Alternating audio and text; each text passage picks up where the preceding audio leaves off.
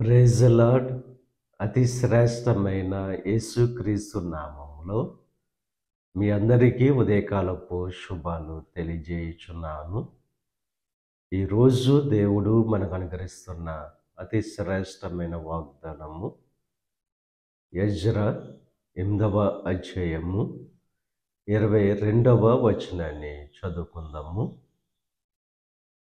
మేలు కలుగజేయుటకై ఆయనను ఆశ్రయించు వారికందరికిని మా దేవుని హస్తము తోడుగా ఉండును. మేలు కలుగజేయడం కొరకు ఎవరైతే దేవుణ్ణి ఆశ్రయిస్తారో వారందరికీ దేవుని యొక్క హస్తము తోడుగా ఉంటుంది. ఎవరైతే దేవుణ్ణి ఆశ్రయిస్తారో వారి జీవితాల్లో దేవుడు మేలు కలుగు చేసేవారుగా ఉన్నారు. ఆయనను ఆశ్రయించినంత కాలము మనము వర్ధిల్లింపబడతాం. ఈ లోకాన్ని ఆశ్రయించే వరంగా కాకుండా దేవుణ్ణి ఆశ్రయించే వరంగా ఎప్పుడైతే మనం ఉంటామో దేవుని యొక్క హస్తము మనకు తోడుగా ఉంటుంది. మన జీవితాల్లో దేవుడు మేలు కలుగు చేస్తాడు. ఆయనను ఆశ్రయించే వారికి ఏ మేలు కూడా కొదువై ఉండదు. వారి జీవితాల్లో కొదువ అనేది ఉండదు.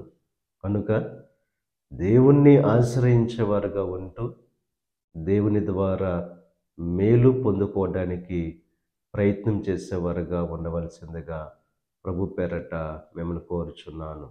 మీ శ్రమల్లో, మీ బాధల్లో, మీ కష్టాల్లో, మీ నిందల్లో ఎల్లప్పుడూ కూడా దేవుణ్ణి ఆశ్రయించేవారుగా ఉంటూ ఆయన తోడు, ఆయన కృపను పొందుకోవలసిందిగా ప్రభు పేరట మిమ్మల్ని కోరుచున్నాను. దేవుడు మిమ్మల్ని దీవించి ఆశీర్వదించి దేవుడు మేలులతో మీ హృదయాన్ని దేవుడు తృప్తిపరచును గాక.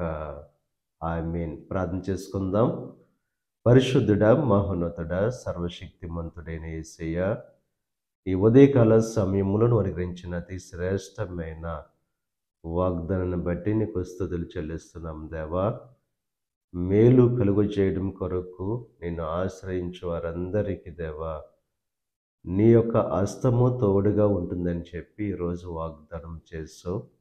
ఎవరైతే ఈ ప్రార్థన ద్వారా నిన్ను ఆశ్రయిస్తున్నారో వారి జీవితాల్లో మేలులు కలుగు చేయండి. నీ తోడు, నీ కృపను వారి మీద మెండుగా కుమ్మరింపచేయండి. ఈ ప్రార్థనలో ఏకీభవిస్తున్న ప్రతి ఒక్కరిని దీవించి ఆశీర్వదించండి. ఈ రోజు తలపెట్టిన ప్రతి కార్యాన్ని సఫలం చేయండి. వారి రాకపోకల్లో నీకు కృప చూపించండి. ఈ దిన ఆశీర్వాదాలు ప్రతి ఒక్కరి మీద మెండుగా కుమ్మరింపచేసి నీ దీవులతో నింపి నడిపించమని యేసు క్రీస్తు నామం పేరట వేడుకొనుచున్నాం తండ్రి. ఆమేన్. తండ్రి, కుమార, పరిశుద్ధాత్మ త్రియేక దేవుని యొక్క కృప సదాకాలం మనకు తోడై ఉండి దేవుని యొక్క దీవెనలు ఆశీర్వాదాలతో నింపి నడిపించునుగాక. ఆమేన్.